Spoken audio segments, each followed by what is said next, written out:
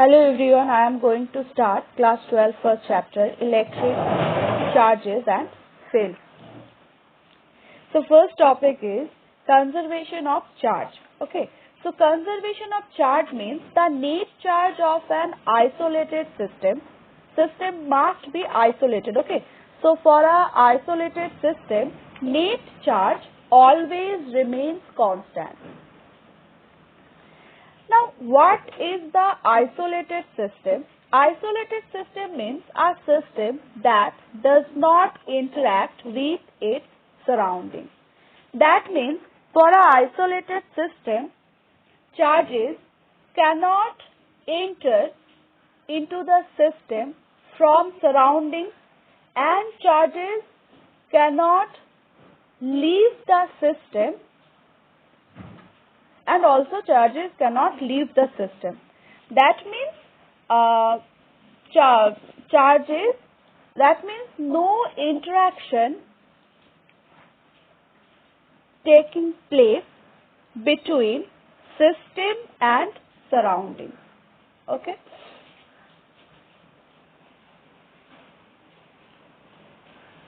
Next topic, quantization of charge. Quantization of charge. We know about that positive charge only exists in proton form and negative charge always exists in electron form. But electron can be freely exist, but proton cannot be freely exist. So here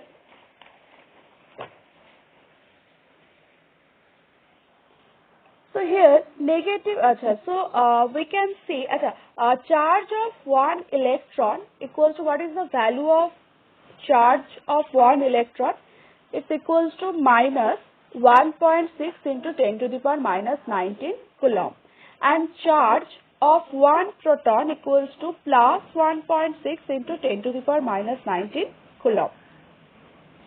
So we know electron and protons are the fundamental particles, so they are not breakable. Okay, so they are always exist in whole number. Clear? So we can say electron and proton always exist 0 electron or 0 proton, or 1 electron, 2 electron, 3 electron, n number of electron, or we can say n number of proton.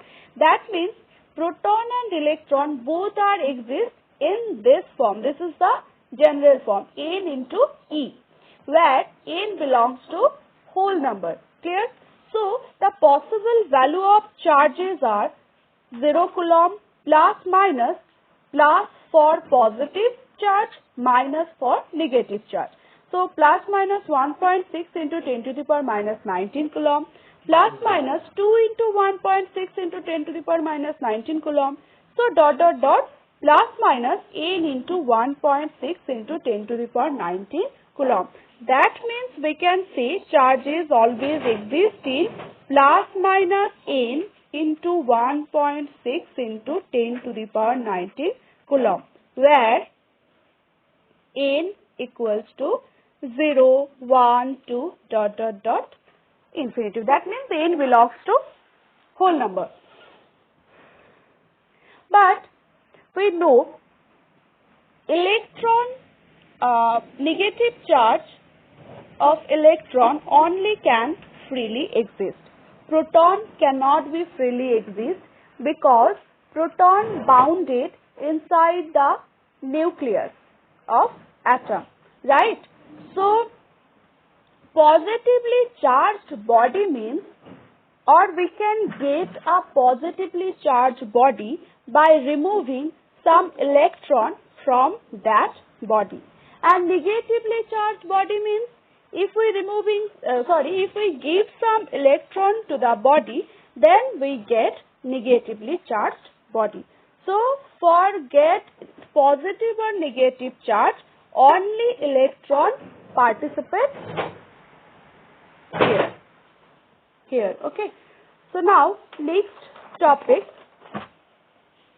type of charges. So we know only two types of charges exist, positive charge like proton and negative charge like electron. So properties of charges. First property, like charges repel to each other and opposite charges always attract to each other. Second property is very important. Charge is a scalar quantity.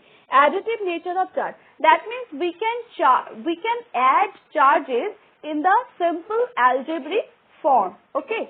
So let us consider I have a body this body, and suppose the body is neutral, initially neutral. That means initially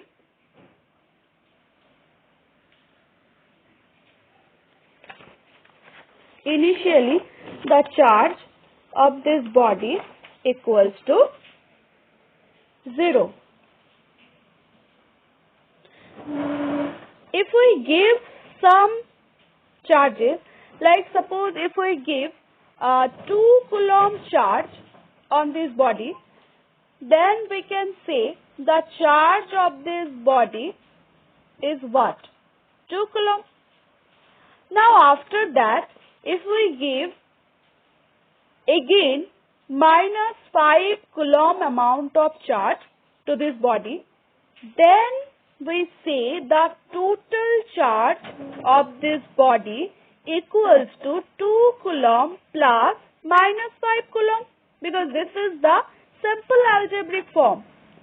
This is the addition of, this addition is called simple algebraic form. So the total amount of charge of this body, now the total amount of charge of this body equals to minus 3 coulomb. After that, if we give some 8 plus 8 coulomb amount of charge of this body, then we get the total charge of this body equals to minus 3 plus 8 coulomb. That means we get Q equals to plus 5 coulomb. Clear? So this is the process how to add charges. Okay? So you need to remember charge is a scalar quantity. This point is very important. Now I am going to discuss very important point or very important topic of this chapter. This is Coulomb's law. Now I am going to discuss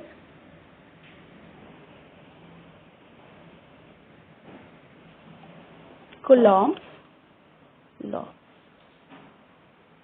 Okay, so now according to Coulomb's law, if we take two charges Q1 and Q2 and placed them in vacuum at distance r, then the total, if both charges are positive, then we can say the nature of the force is repulsive force, right? So according to Coulomb's law, the value of repulsive force directly proportional to product of these two charges and inversely proportional to the square of the distance between them. Now from equation 1 and from equation 2, we get F proportional to Q1, Q2 by R square, right?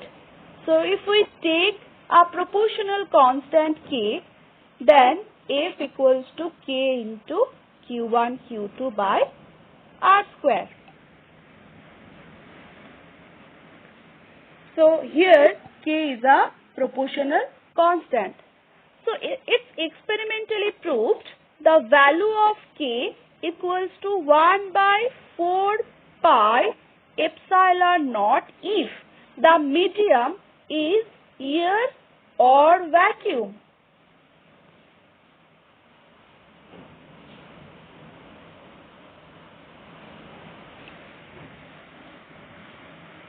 Clear?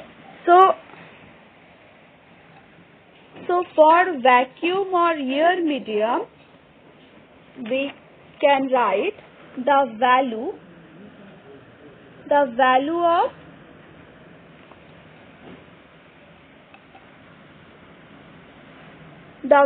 of K equals to 1 by 4 pi epsilon naught. 1 by 4 pi epsilon naught. Okay. So here epsilon naught is called absolute permittivity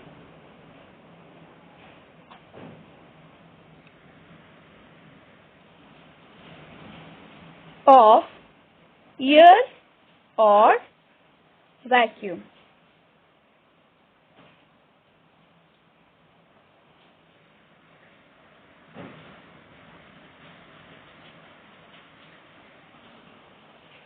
Okay.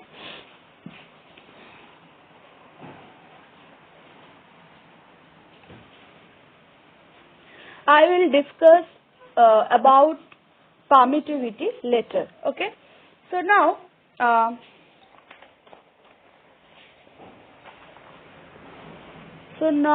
F equals to, we can write, if we put the value of K, then we get F equals to 4 pi epsilon naught Q1 Q2 by R square. Now if we take Q1 equals to, okay, so again I am writing the value of K, 1 by 4 pi epsilon naught Q1 Q2 by R square. Now if we take Q1 equals to Q2 equals to 1 coulomb. Here we consider if both charges, the value of both charges is 1 coulomb and the distance between them is suppose 1 meter, then we get F equals to 1 by 4 pi epsilon naught. That means F equals to K, right? So when Q1 equals to Q2 equals to 1 coulomb and the distance between two charges is 1 meter, then F totally equals to K. And it's experimentally proved, if we place two 1 coulomb charges in air or vacuum at a distance R, if we place two 1 coulomb charges in air medium at a distance 1 meter, then the repulsive force between them equals to 9 into 10 to the power 9 Newton. This is the experimentally proved value. Okay. So we can write the value of K equals to 9 into 10 to the power 9 Newton. Clear? So we can also write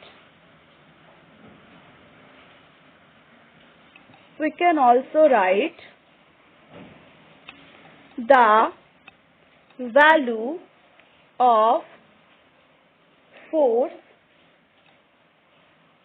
between two 1 coulomb charge is 9 into 10 to the power 9 Newton when they are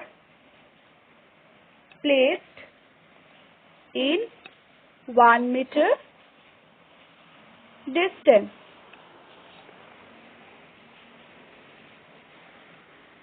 Clear? Okay.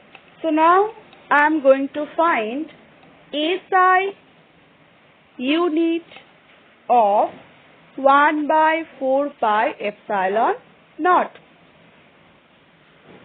Or we can say SI unit of K, right? So what is the SI unit of K?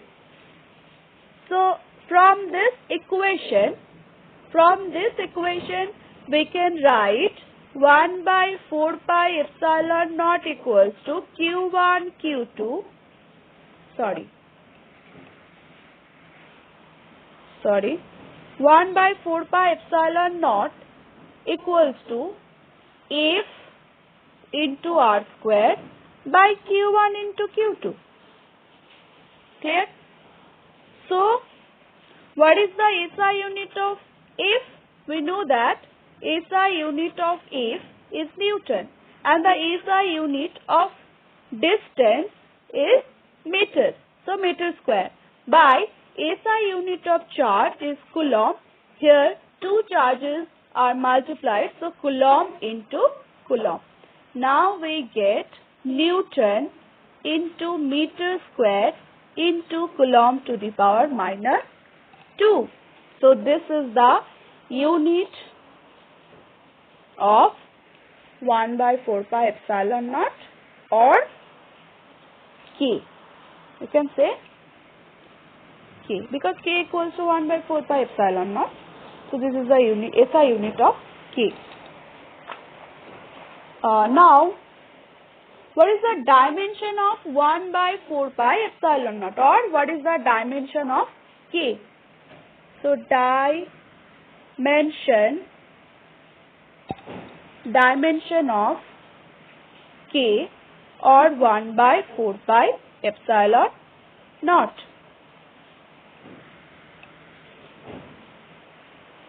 So, K equals to 1 by 4 pi epsilon naught equals to F into R square by Q1 into Q2. So, dimension of force, we know that dimension of force equals to dimension of mass into dimension of acceleration. This is L into T to the power minus 2. So, this is the dimension of force into dimension of distance is L. So, L square. Clear? Now, what is the dimension of charge? We know that charge equals to current into time. So, dimension of current is ampere and dimension of time is T. So, the dimension of charge equals to AT. So, AT into AT. So, now we get M L to the power 3, T to the power minus 2 and T to the power minus 2, that means T to the power minus 4 into A to the power minus 2. So, this is the dimension of K. M L to the power 3, T to the power minus 4 into A to the power minus 2. Now, we will find the value of epsilon naught. So, what is the value of epsilon naught? So, we know that K equals, so what is the value of K? We already find 9 into 10 to the power 9 Newton, right?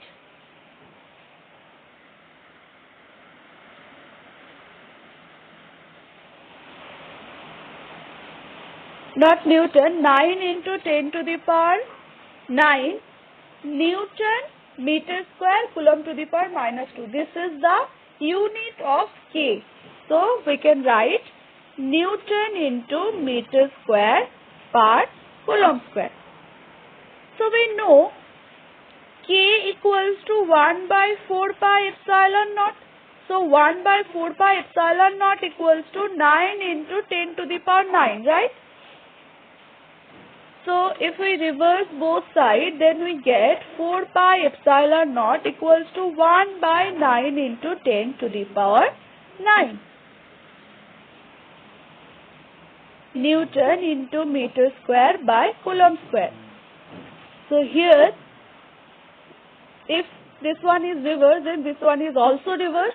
So if it's reverse, then the unit is Coulomb square by Newton into meter square. So now epsilon naught equals to 1 by 4 into pi into 9 into 10 to the power 9 Coulomb square by Newton into meter square. If we solve this, then we get the value, actually the value is 8.85 into 10 to the power minus 12 C square, that means Coulomb square Newton into meter to the power 2. Clear? So this is the value of epsilon naught. Or what is epsilon naught? Epsilon naught is the absolute permittivity of free space or air medium. Free space means vacuum, okay? Vacuum or air medium.